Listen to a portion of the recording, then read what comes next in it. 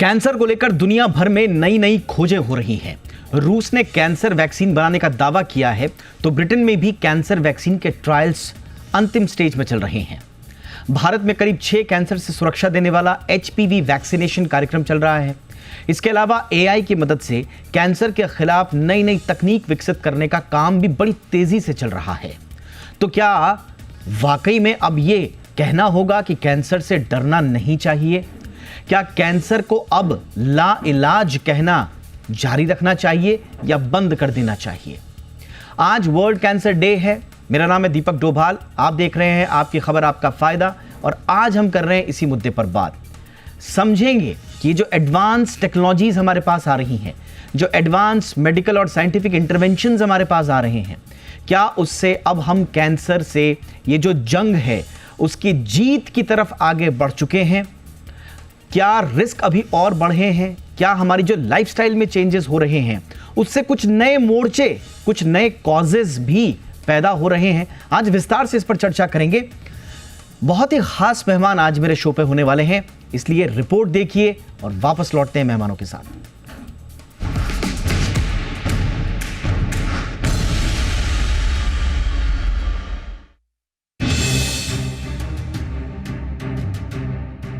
Cancer एक ऐसी बीमारी जो हर साल लाखों लोगों की जान ले लेती है। WHO के मुताबिक साल 2022 में लगभग 1 करोड़ लोग कैंसर की वजह से अपनी जान गंवा चुके हैं। यानी हर 6 में से 1 की मौत किसी न किसी कैंसर की वजह से हो रही है। लेकिन अब नई रिसर्च और एडवांस टेक्नोलॉजी इस खतरनाक बीमारी से जंग को आसान बना रही है। रूस का दावा है कि उसने कैंसर की वैक्सीन बना ली है। रिपोर्ट्स के मुताबिक ये एक mRNA वैक्सीन है। इस वैक्सीन को बनाने में AI की मदद ली गई है। ये वैक्सीन अलग अलग तरह के कैंसर के लिए बनाई गई है। रूस का कहना है कि वो अपने नागरिकों को फ्री में वैक्सीन देगा। इसके क्लिनिकल ट्रायल से पता चला है कि वैक्सीन से कैंसर ट्यूमर का इलाज करने में मदद मिल सकती है। इस वैक्सीन को गैमालिया नेशनल रिसर्च सेंटर के वैज्ञानिकों ने बनाया है। दूसरी तरफ ब्रिटेन ने भी दावा किया है कि वो कैंसर की वैक्सीन बना रहा है, जो अब फाइनल स्टेज में है। इस वैक्सीन के जरिए ब्रेन कैंसर को रोका जा सकता है। ब्रिटेन का ये भी दावा है कि ये वैक्सीन कैंसर सेल को 20 साल पहले ही रोक सकती है। अप्रैल 2024 में फ्लोरिडा यूनिवर्सिटी के वैज्ञानिकों ने पहली बार मेलानोमा कैंसर वैक्सीन का ट्रायल किया था। कैंसर वैक्सीन बनाने के लिए mRNA तकनीक का इस्तेमाल किया जा रहा है। 4 फरवरी यानी वर्ल्ड कैंसर डे के मौके पर दुनिया भर में इस बीमारी से बचाव और इलाज पर चर्चा हो रही है। खास बात यह है कि हम कैंसर के रिसर्च के गोल्डन एज में प्रवेश कर चुके हैं। यानी रिसर्च और मेडिकल साइंस में ऐसी नई खोज हो रही है जो लाखों जिंदगियां बचा सकती हैं। एक नई स्टडी के मुताबिक 1975 से 2020 के बीच ब्रेस्ट, सर्वाइकल, कोलोरेक्टल, लंग और प्रोस्टेट कैंसर से करीब 60 लाख मौतें रोकी गयी। इसे बेहतर स्क्रीनिंग के जरिए रोका जा सकता है। रिसर्च में सामने आया कि 10 में से 8 मौतों को सिर्फ समय पर जांच और स्क्रीनिंग से रोका जा सका। ऐसे में कैंसर से बचने के लिए समय समय पर स्क्रीनिंग कराना बेहद जरूरी है। फेफड़ों के कैंसर की जल्दी पहचान के लिए लो डोज CT स्कैन कराया जा सकता है। साथ ही लिक्विड बायोप्सी के जरिए 18 तरह के कैंसर की पहचान की जा सकती है। ये एक साधारण ब्लड टेस्ट होता है। स्टूल टेस्ट के जरिए कोलोरेक्टल कैंसर की पहचान की जा सकती है। यही नहीं, अमेरिका की FDA ने जीनोस्कोपी का कोलोसेंस और गार्डेंट हेल्थ का शील्ड टेस्ट अप्रूव किया है, जो कोलोरेक्टल कैंसर की जल्दी पहचान कर सकता है। आज के समय में आर्टिफिशियल इंटेलिजेंस कैंसर रिसर्च और इलाज में बड़ा रोल निभा रहा है। स्वीडन में हुई एक स्टडी में AI ने 20% ज्यादा कैंसर केस पकड़ने में मदद की। यही नहीं, अमेरिका की नेशनल हेल्थ रिसर्च टीम ने एक AI टूल बनाया है जो इम्यूनोथेरेपी के असर को पहले ही पहचान सकता है। सिर्फ इलाज ही नहीं, वैक्सीन भी कैंसर से बचाव में बड़ी भूमिका निभा रही है। HPV वैक्सीन सर्वाइकल कैंसर से 97% तक बचाव करता है। Hepatitis B vaccine liver cancer का खतरा 95% तक कम कर देता है।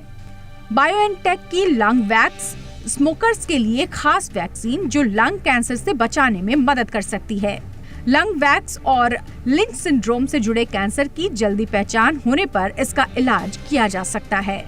डॉक्टर्स का कहना है कि कैंसर की जल्दी पहचान ही इसे हराने का सबसे बड़ा हथियार है। लेकिन आज भी ज्यादातर मरीज तीसरी या चौथी स्टेज पर पहुंचने के बाद डॉक्टर्स के पास आते हैं। ऐसे में कैंसर का इलाज मुश्किल और महंगा हो जाता है और मरीज की जान बचाने की संभावना भी कम हो जाती है। अगर समय रहते स्क्रीनिंग और रेगुलर हेल्थ चेकअप कराए जाएं, तो कैंसर को पहले स्टेज में ही पकड़कर इसे बढ़ने से रोका जा सकता है। कैंसर को हराने के लिए अब नई रिसर्च और नई टेक्नोलॉजी आ चुकी है। ऐसे में ध्यान रखें कि समय पर जांच कराएं, तभी आप इस जानलेवा बीमारी से बच सकते हैं। ब्यूरो रिपोर्ट, जी मीडिया।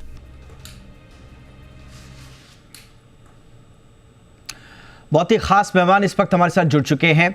स्वागत करते हैं बहुत ही खास मेहमान आज के doctor Sudhir Kumar Rawal, medical director हैं Rajiv Gandhi cancer institute and research centre के, देश के बहुत ही जाने माने कैंसर सर्जन। बहुत बहुत स्वागत है डॉक्टर रावल आपका हमारे शो पे सर। हमारे साथ हैं डॉक्टर अभिषेक गुलिया जो कि डायरेक्टर हैं रेडिएशन ऑन्कोलॉजी मैक्स हॉस्पिटल के। आप भी जाना मचाना नाम है कैंसर रिसर्च और कैंसर से जुड़ी हुई बीमारियों को ठीक करने की दिशा में जो लोग काम कर रहे हैं, आप भी एक बड़ा नाम उनमें। बहुत बहुत स्वागत है डॉक्टर गुलिया। हमारे साथ हैं देश की जानी मानी oncologist doctor Shubhi Jain, consultant clinic oncology पाक हॉस्पिटल से। Doctor Shubhi Jain, good evening ma'am, बहुत बहुत स्वागत है आपका भी हमारे शो पे। चर्चा की शुरुआत हम डॉक्टर रावल सर आपसे करना चाहेंगे और मैं आज थोड़ा सा जो टेक्नोलॉजिकल एडवांसमेंट हो रहे हैं मैं ज़रा उस पर आना चाहूँगा, क्योंकि आज हम अपने दर्शकों को थोड़ा ये आश्वस्त कर देना चाहते हैं कि अब कैंसर से जो लड़ाई है वो किस स्टेज में जा चुकी है। हमारे मेडिकल एडवांसमेंट्स कितने सुदृढ़ हुए हैं जिससे हम ये कह सकते हैं कि अब कैंसर से नहीं डरना है।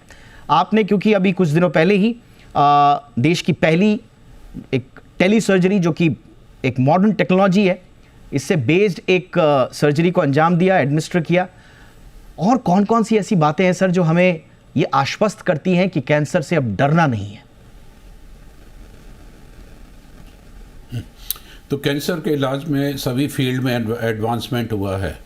अगर आप 80s और 90s का दशक देखें तो उस वक्त का जो ट्रीटमेंट है वो आजकल नहीं होता है, उसमें बहुत ज़्यादा एडवांसमेंट हो गए हैं। जहाँ तक सर्जरी की बात है, सर्जरी अब मिनिमली इन्वेजिव सर्जरी है। ये पहले बड़ा इंसिजन लगाते थे। यस सर, ये आवाज़ आ रही है कि नहीं है? यस सर, यस सर, अब हम सुन पा रहे हैं सर। बड़ा इंसिजन लगाते थे, अब ओके अब छोटे छोटे इंसिजन से हम लोग सर्जरी करते हैं, जो रोबोटिक सर्जरी है। रोबोटिक सर्जरी में फर्दर एडवांसमेंट हुआ है कि टेली सर्जरी कर सकते हैं आप कहीं पर भी बैठे हुए, छोटे छोटे एरियाज़ में, छोटे छोटे सिटीज़ में आप ऑपरेट कर सकते हैं। एक्सपर्टीज़ जो है वो छोटे छोटे शहर में जा सकते हैं। दूसरा जो एडवांसमेंट है वो रेडिएशन के फील्ड में हुआ है। रेडिएशन फील्ड में पहले एक केवल लीनियर कोबाल्ट था, उसके बाद लीनियर एक्सीलेटर आया, और अब आप देखें तो टोमोथेरेपी है, इमेज गाइडेड रेडियोथेरेपी है, साइबर नाइफ है, और अभी प्रोटॉन थेरेपी है, जिससे कि साइड इफ़ेक्ट्स बिल्कुल कम हो जाते हैं, इफ़ेक्टिविटी उतनी ही रहती है जितनी रहना चाहिए। और मेडिकल ऑन्कोलॉजी में तो बहुत ज़्यादा एडवांसमेंट है। पहले कीमोथेरेपी देते थे, कुछ ही दवाएं होती थी।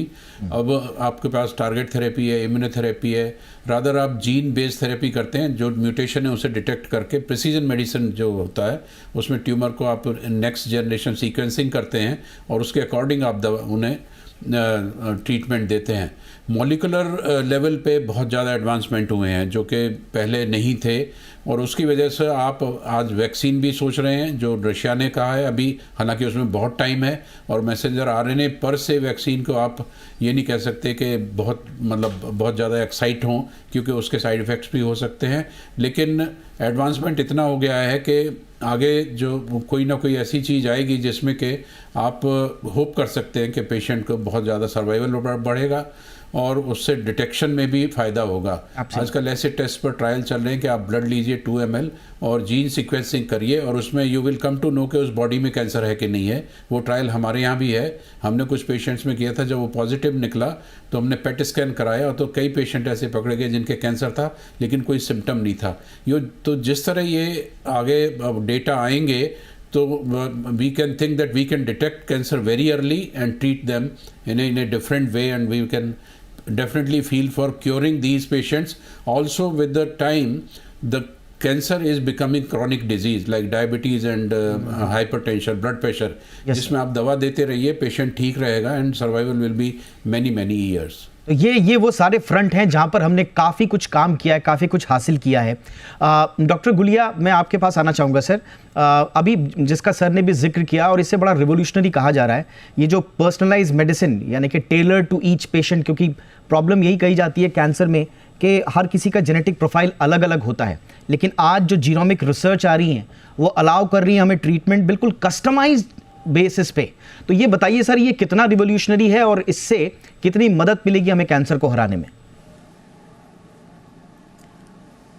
देखिए, पिछले लगभग 1.5 दशक में जो कैंसर का ट्रीटमेंट है उसमें अगर मैं ये कहूँ कि सबसे ज़्यादा उन्नति हुई है एज़ कम्पेयर टू दूसरी जो मेडिकल स्पेशलिटीज़ हैं, तो मैं गलत नहीं होगा।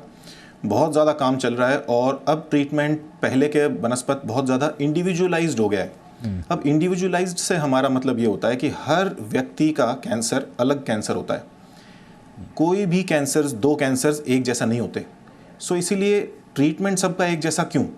ऐसा क्यों ना किया जाए कि सब व्यक्तियों को उनके कैंसर के अनुरूप ही इलाज दिया जाए। ना सिर्फ वो साइड इफ़ेक्ट्स कम देगा बल्कि उसका जो प्रभाव है वो ज़्यादा होगा। इसी के चलते जो आजकल ट्रीटमेंट होता है कैंसर का, उसको हम बोलते हैं इंडिविजुअलाइज्ड या पर्सनलाइज्ड कैंसर। कैंसर के थोड़ा सा सैंपल लिया जाता है, उसमें देखा जाता है इसमें किस तरह के एंटीजेंस या मॉलिक्यूल्स वो एक्सप्रेस करता है, कैसे उस पर लगे हुए हैं। वो कैंसर का जो मॉलिक्यूल है, वो जो कैंसर का सेल है, उसके ही हिसाब से एक वैक्सीन या एक दवाई कह सकते हैं उसको डेवलप किया जाता है और उसको डेवलप करने के बाद वापस उसको पेशेंट की बॉडी में इंजेक्ट कर दिया जाता है, ताकि हमारा जो पेशेंट का इम्यून सिस्टम है जो उस कैंसर को नहीं देख पा रहा था, नहीं उसको पकड़ पा रहा था, उसको देख ही नहीं पा रहा था, तो उसको मारेगा कैसे? तो अब वो जो दवाई हमने दी है उससे उसको वो देख पाता है ताकि वो उसको प्रभावशाली ढंग से उसको ख़त्म कर सके। This is known as individualised या पर्सनलाइज्ड कैंसर ट्रीटमेंट। और आजकल तो ये होने लगा है और आगे आगे फ्यूचर में यही है कैंसर का ट्रीटमेंट। इससे ही हमें कैंसर में सफलता आगे मिलेगी। एब्सोल्युटली, यानी कि टारगेटेड थेरेपी में आप जो स्पेसिफिक जीन्स हैं या प्रोटीन्स हैं कैंसर सेल्स में, उनको आप टारगेट करके, ये एडवांसमेंट है। हम देखिए बार बार इसलिए कह रहे हैं कि एडवांसमेंट आया है ताकि कैंसर के नाम से बहुत ज़्यादा डर भी जाते हैं लोग। हिंदुस्तान में तो ये कहा जाता है अगर कोई खुदा ना खास्ता किसी को अगर कैंसर डिटेक्ट हो गया घर में, तो जितनी कमाई थी 1 या 2 पीढ़ी की वो सब चली जाएगी, घर बार लुट जाएगा। लेकिन ऐसा नहीं है। लेकिन मैं आऊँगा, इसके कॉस्ट पर भी आऊँगा, उस पर भी बात करूँगा। लेकिन एक महत्वपूर्ण बात, क्योंकि प्रिवेंशन की भी बोली सर ने, अभी डॉक्टर रावल ने भी इसका जिक्र किया कि प्रिवेंशन पे, न सिर्फ ट्रीटमेंट पे बल्कि प्रिवेंशन पे भी काम हो रहा है।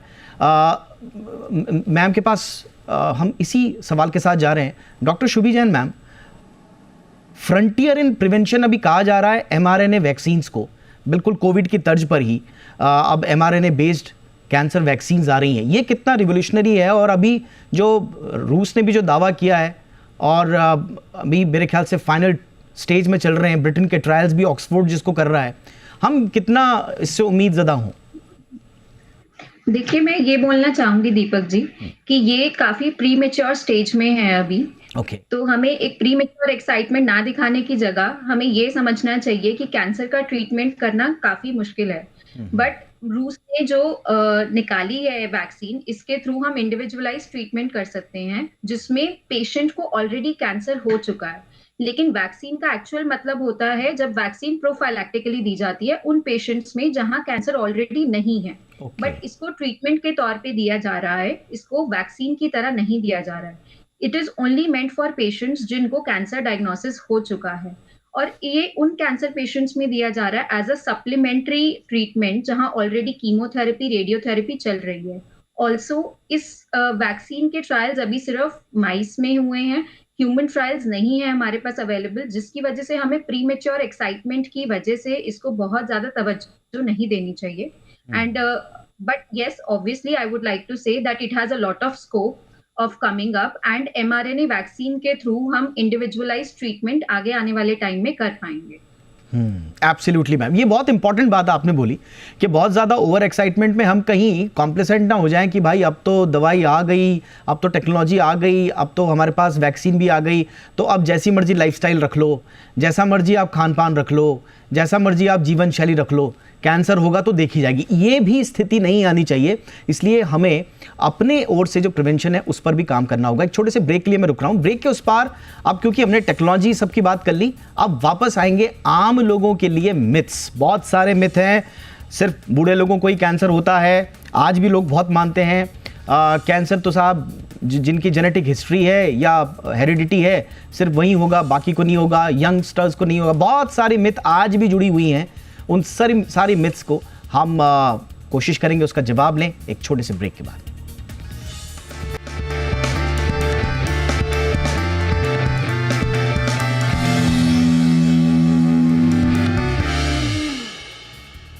ब्रेक के बाद आपका स्वागत है। तो आज हम कैंसर पर बात कर रहे हैं खास मेहमानों के साथ। देश के जाने माने कैंसर विशेषज्ञ डॉक्टर रावल हमारे साथ हैं। डॉक्टर रावल, क्योंकि मिस इन्फॉर्मेशन से होता क्या है कि एक तो अननेसेसरी फियर हो जाता है और दूसरा कभी कभी इंपॉर्टेंट जो सिम्टम्स हैं उनको नेग्लेक्ट करने लग जाते हैं लोग, प्रिवेंटिव मेजर्स को नेग्लेक्ट करने लग जाते हैं। इसलिए हम मिथ्स को भी बर्स्ट करना चाहते हैं। उसमें पहली मिथ तो सबसे ज़्यादा लोगों के पास है, वो ये है कि मेरी तो कोई फैमिली हिस्ट्री नहीं है इसलिए मेरे को भी कैंसर नहीं होगा। और उसी में कुछ लोग ऐसे होते हैं कि फैमिली में कैंसर है, बाप रे बाप, आपको तो 100% होगा। तो दोनों तरह की बातें हैं इसमें आप क्या कहेंगे सर? हाँ, ये बड़ा इम्पोर्टेंट क्वेश्चन है। और जहाँ तक सवाल कैंसर के होने की है, उसमें फैमिली में कुछ कैंसर होते हैं जो होते हैं, बहुत कम है पर ऐसे नहीं कि बहुत ज़्यादा हैं। और लेकिन कैंसर किसी को भी हो सकता है। जैसे जैपनीज़ कहते हैं कि cancer is tax on life. आपकी सेल्स जब तक जिंदा हैं, आप सेल्स वर्क कर रही हैं, कोई भी सेल आपकी कन्वर्ट हो सकती है कैंसर में।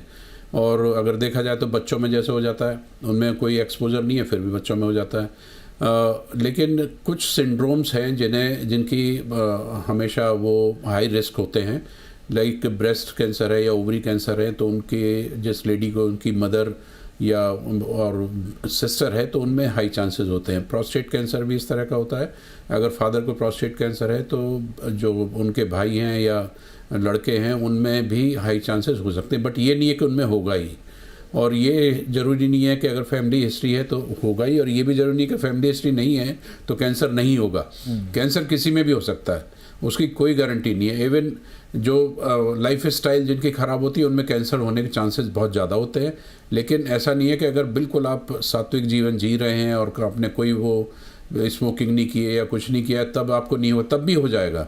इसलिए चेकअप करना बड़ा ज़रूरी है। Right sir. ये नहीं सोचें कि आपको कैंसर नहीं होगा, और इससे भी नहीं डरें कि अगर कोई भी फैमिली में है और तो आपको कैंसर होगा ही होगा। बेस्ट है कि आप अपना चेकअप कराते रहें। कोई भी सिम्टम है उसे इग्नोर नहीं करें। कभी भी कोई तकलीफ है डॉक्टर को कंसल्ट करें। राइट सर, ये आपने बहुत महत्वपूर्ण बात बोली। दूसरा जो आजकल कहा जाता है कि और इसको लेकर मैं देख रहा हूँ कि थोड़ा सा एक भय भी है और इसको थोड़ा सा लोगों ने कमर्शियलाइज भी बहुत ज़्यादा कर लिया है कि आप ब्लड टेस्ट से ये पता कर सकते हैं कि आपको फ्यूचर में कैंसर होगा या नहीं। ऐसी भी बातें आ रही हैं। डॉक्टर गुलिया, इस पर प्रकाश डालें सर। क्या कोई ऐसा टेस्ट है जो बता देगा कि आपको फ्यूचर में होगा या नहीं? देखिए, अनफॉर्चुनेटली दुखद रूप से एक कोई ऐसा टेस्ट नहीं है आज की डेट में मौजूद जो हमें ये बता दे सटीकता से कि आगे जाके किसी को कैंसर होगा या नहीं। ऐसा बेशक बहुत सारे टेस्ट उपलब्ध हैं, जैसे लिक्विड बायोप्सी पे हम टेस्ट करके देख सकते हैं, या जिन लोगों के परिवारों में कैंसर रहे हैं, जिनके फैमिली मेम्बर्स को कैंसर है, उन पे हम टेस्ट करते हैं कि उनके अंदर ये पर्टिकुलर जीन म्यूटेशन है कि नहीं है, ये किसी सिंड्रोम से ग्रस्त है कि नहीं है, क्योंकि अगर ऐसा है तो उनके कैंसर होने के चांस उन लोगों में ज़्यादा हो जाते हैं। लेकिन ऐसा कोई एक टेस्ट उपलब्ध नहीं है जो ये बता दे कि आगे चलकर इसको कैंसर होगा ही होगा। राइट। कैंसर का इलाज या कैंसर का होना ना होना संभावनाओं पे चलता है। संभावनाएं ज़रूर हम प्रेडिक्ट कर सकते हैं कि इस इंसान में संभावना थोड़ी ज़्यादा है, उसकी जीवन शैली के आधार पे, उसकी पारिवारिक जो कैंसर की हिस्ट्री है उसके आधार पे। लेकिन एग्जैक्ट ये कहना कि इसको कैंसर होगा या इसको कैंसर नहीं होगा, ऐसा कोई संभव। धन्यवाद सर, ये आपने बहुत अच्छे से क्लियर किया इसको। अब जो सबसे बड़ा जो एक तरह से धारणा है लोगों के मन में, डॉक्टर शुभी जैन, वो ये है कि कैंसर हो गया तो मौत पक्की, यानी कि कैंसर से मौत अवश्यंभावी है। क्या ऐसा होता है मैम? पहले तो मैं आपका शुक्रिया करना चाहूंगी ये सवाल पूछने के लिए, क्योंकि जितने भी पेशेंट्स मेरे पास आते हैं मोस्टली सबका यही ओपिनियन होता है कि कैंसर अब हमें हो गया तो कैंसर का तो ट्रीटमेंट है ही नहीं मैम, कीमोथेरेपी कराएंगे और उससे और कीमोथेरेपी और जानलेवा होगी, कीमोथेरेपी से पेशेंट खराब हो जाएगा, उसका इलाज नहीं हो पाएगा। मैं पब्लिकली ये अपील करना चाहूंगी कि कैंसर का बहुत अच्छा ट्रीटमेंट हमारे पास भारत में अवेलेबल है। which includes chemotherapy, radiotherapy and surgery.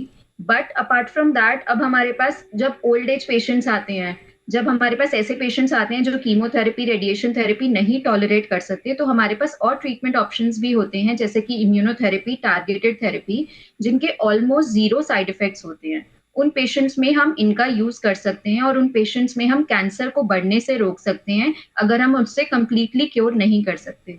तो मैं रिक्वेस्ट करना चाहूंगी सभी कैंसर वाले मरीजों को कि वो जरूर अपने डॉक्टर को विजिट करें और उनसे पूछे कि उनके लिए क्या ट्रीटमेंट ऑप्शंस अवेलेबल हैं, ना कि घर पे बैठे सोचे कि कैंसर का कोई ट्रीटमेंट है ही नहीं। Absolutely ma'am, thank you for that clarity. बहुत सारे मिथ हैं, लेकिन एक शो में उन सारे के सारे मिथ्स पर बात करना संभव नहीं, लेकिन हमने उन पहलुओं को छुआ जिससे आपको एक उम्मीद की किरण जरूर नजर आई होगी। और हमारा सिर्फ उद्देश्य यही है कि कैंसर से कोई डरे ना, आगे बढ़े, सिम्टम्स पर बात करे, स्क्रीनिंग कराए, डॉक्टर्स के पास जाए। नहीं होगा, अगर हो भी गया तो भी आप समय पर यदि आप इलाज शुरू कर दें, जीवन शैली में परिवर्तन कर दें, तो उसमें काफ़ी आपको लाभ हो सकता है। बहुत बहुत धन्यवाद डॉक्टर शुभी जैन, वक्त निकाला मैम आपने। बहुत बहुत शुक्रिया डॉक्टर अभिषेक गुलिया, वक्त निकालने के लिए।